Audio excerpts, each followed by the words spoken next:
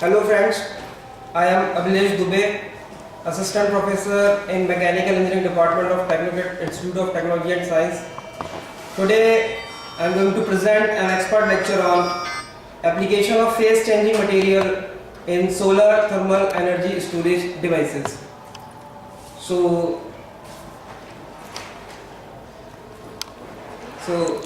let I discuss about the contents of my expert lecture.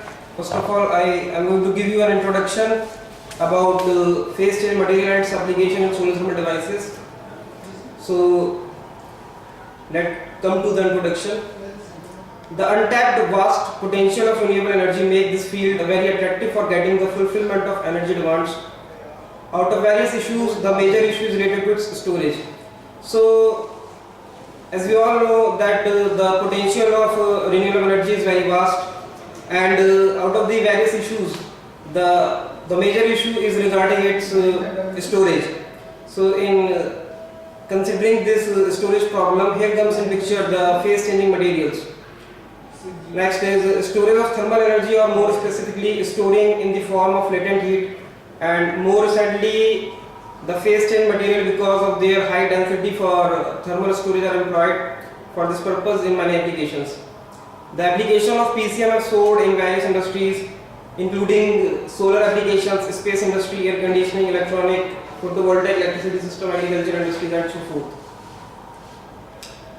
So most systems have a disconnect between supply and demand. Intermittent solar energy supply can be maximized with a heat storage system. Thermal energy can be stored both as sensible and latent heat. Continued efforts to find a phase changing material is currently underway. So here is a flow chart that showing different stages involved in the development of a latent heat storage system. So the main feature in this flow chart is showing that the two basic parameters regarding the choice of phase changing material or a latent heat thermal energy storage system. So one is the material investigation, and second one is the heat exchanger development. So regarding material investigation, the next point is choice of material, appropriate temperature range, heat storage materials, construction materials, thermophysical property data, melting and freezing characteristics. So these are some characters or parameters which are regarding the material of latent heat energy storage devices. And the second part of this is regarding heat exchanger development. So when we are using new technologies and exploring the new ideas, so we have to rebuild or we have to reform our existing devices. So there were some points which are regarding to heat exchanger developments also. So choice of heat exchanger concept, thermal analysis, parametric investigation, experimental investigation, and their laboratory models, investigation with solar systems, field test, pilot units, and so on. Now I come to benefit and drawbacks of PCM. So as we all know that what is PCM? PCM is the short form of phase changing materials, and nowadays its application is very vast in the field of solar thermal energy storage systems.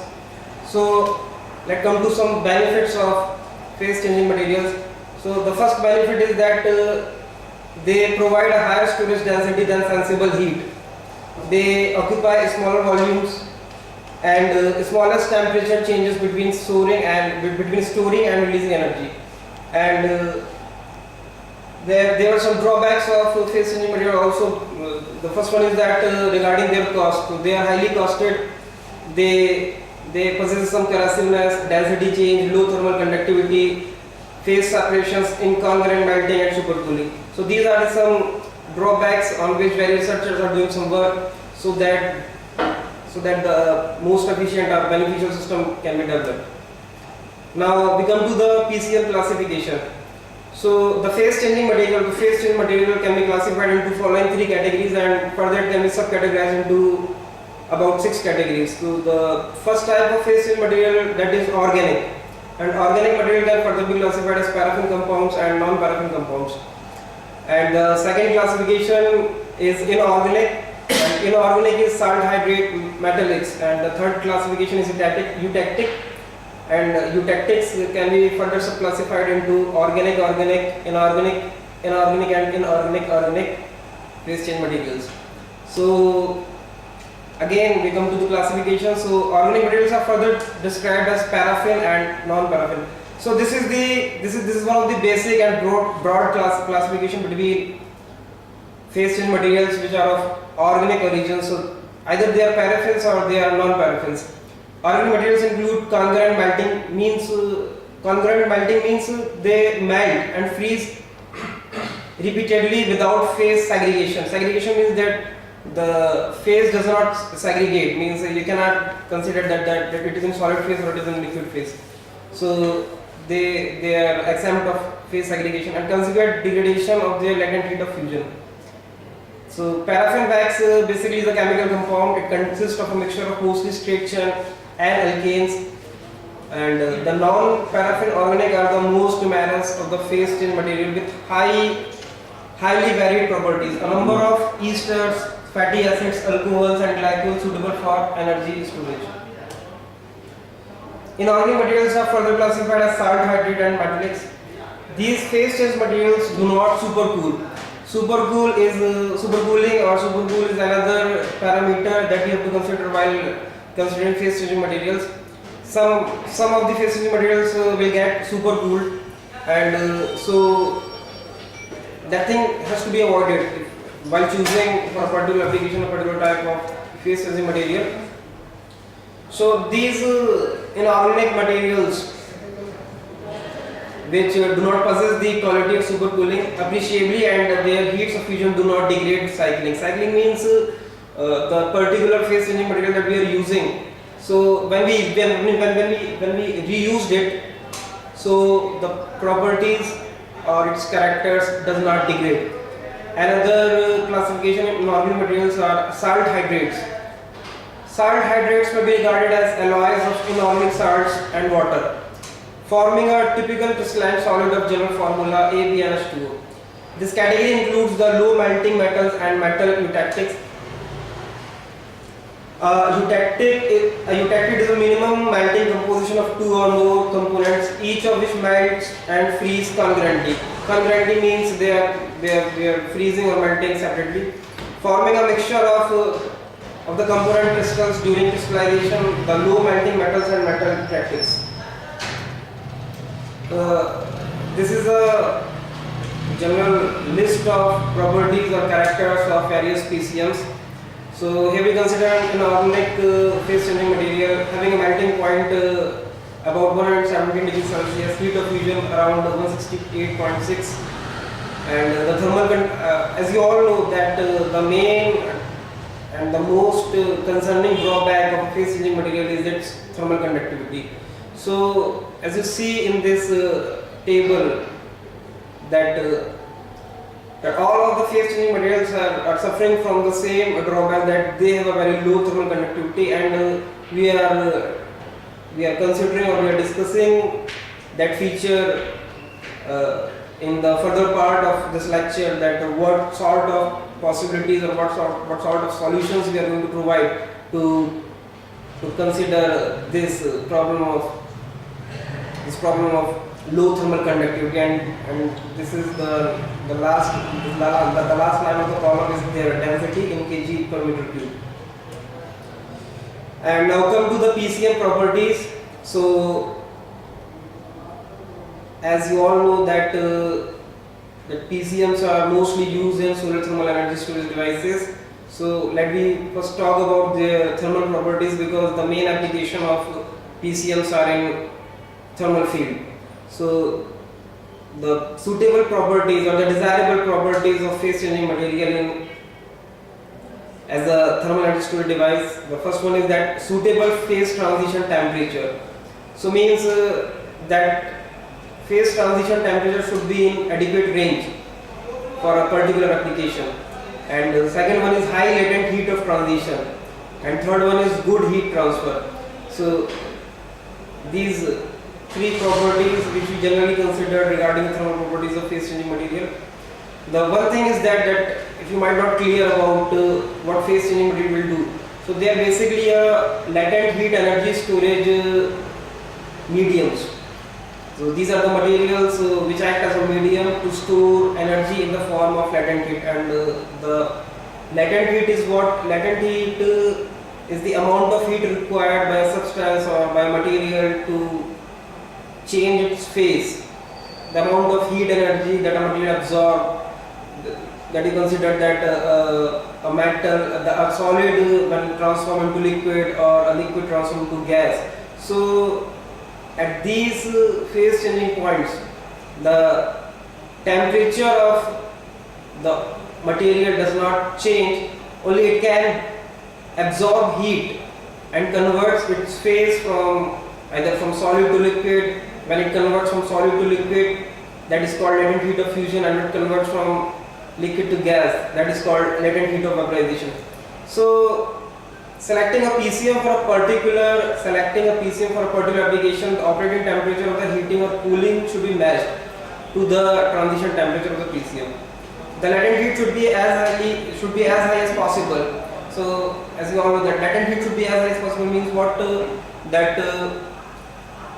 For that particular application means it can absorb as much as heat as possible, especially on a volumetric basis. To minimize the physical size of the heat store, high thermal conductivity would assist the charging and discharging of the energy storage. So high thermal conductivity. Thermal conductivity means the ability that how easily or how well material will get absorb the heat. Now come to physical properties. So about physical properties, it should have favorable phase equilibriums, it should have high density, small volume changes so that the storing problem does not come into picture, and low vapor pressure. The phase stability during freezing, melting would help towards setting heat storage, and high density is desirable to allow smaller size of storage container. Small volume changes on phase transformation and small vapor pressure at operating temperature to reduce the containment problems. Now come to chemical properties. So as you all know that the chemical properties, what should be the desirable chemical properties? So the one is that long-term chemical stability means the PCM material should have be chemically stable. Second one is compatibility with the material of construction, means it does not have any chemical affinity with the material in which it is going to be used, along with it is going to be used. And the third one is no toxicity, and last is no fire hazards. PCM can suffer from degradation by losses of water, hydration, chemical decomposition, or incompatibility. With materials of construction, PCM should be non-toxic, non-flammable, and non-explosive for safety. So this feature must also be considered that it should not be non-explosive and non-flammable. Now come to the last point of properties, that is economics.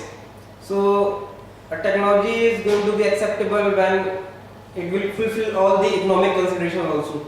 So the first consideration regarding the economics is that it should be abundant. Second one, it is available, and the third one, it should be cost effective, means it should be easily available at low cost. So this is the economic consideration of phase changing materials.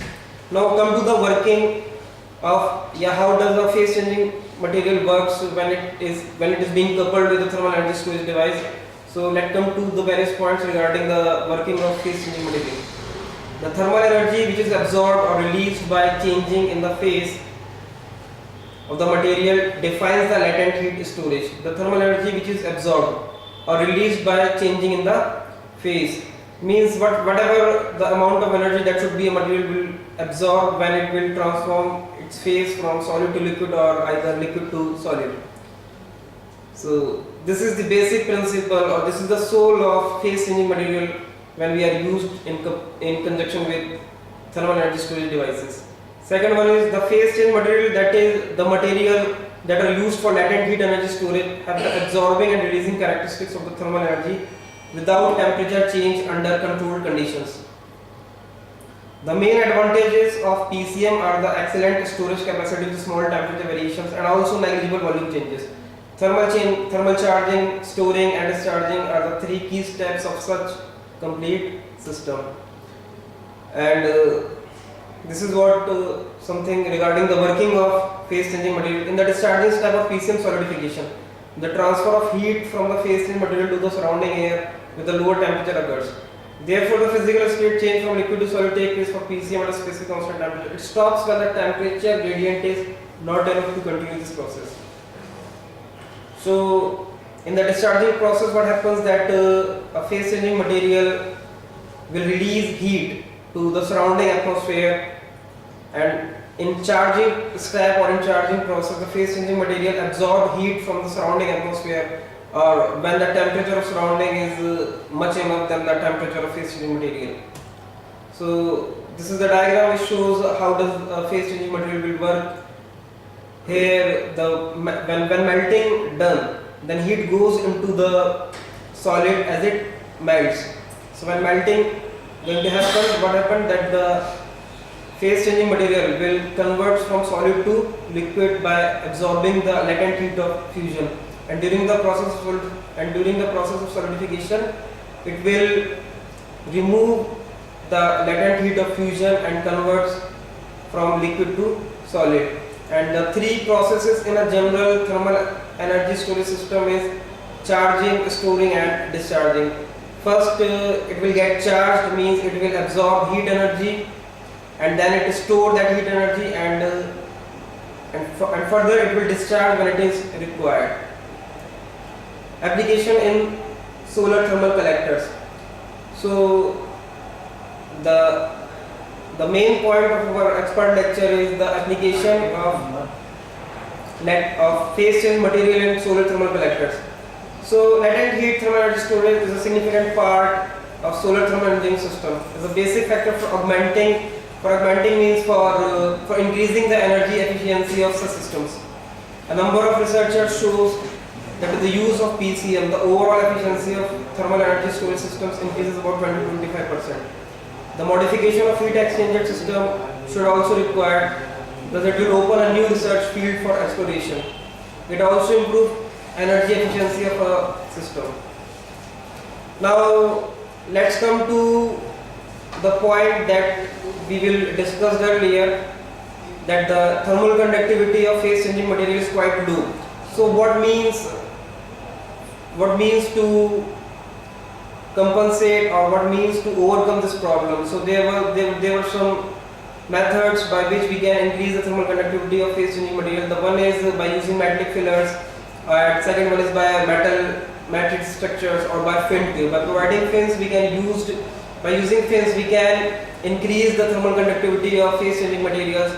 So various researchers have provided the various studies and various types of aspects regarding the number of fins used, the size of fin, the shape of fins, the geometrical aspects, and all these types of values which we are considered when we are considering the thermal conductivity of phase changing materials. And this data, this is a graph which represent the total solidification time of PCM required with fins, with lasing rings, and another data will represent the highest thermal conductivity of 1 watt, which is about 6 times that of pure paraffin wax. And apart from solar thermal energy storage application, there were some other applications of phase changing materials. The one is that regarding cooling, food, wine, milk producers, greenhouse, heating and hot water uses, medical applications, passive storage, bioclinic, building, safety, smoothing, solar power plants, spacecraft, thermal comfort in vehicles, and a lot more. So the conclusion of this expert lecture is that the thermal energy storage is imperative to make solar energy more reliable and competitive.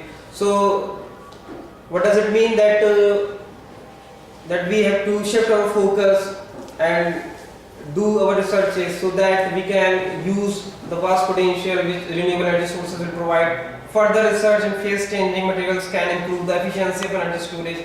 Design of the system is also important in optimizing energy storage. And there were some references which I used or which I considered while I am considering this my expert lecture. So I am thankful to TIT group for providing me such an experience. Thank you.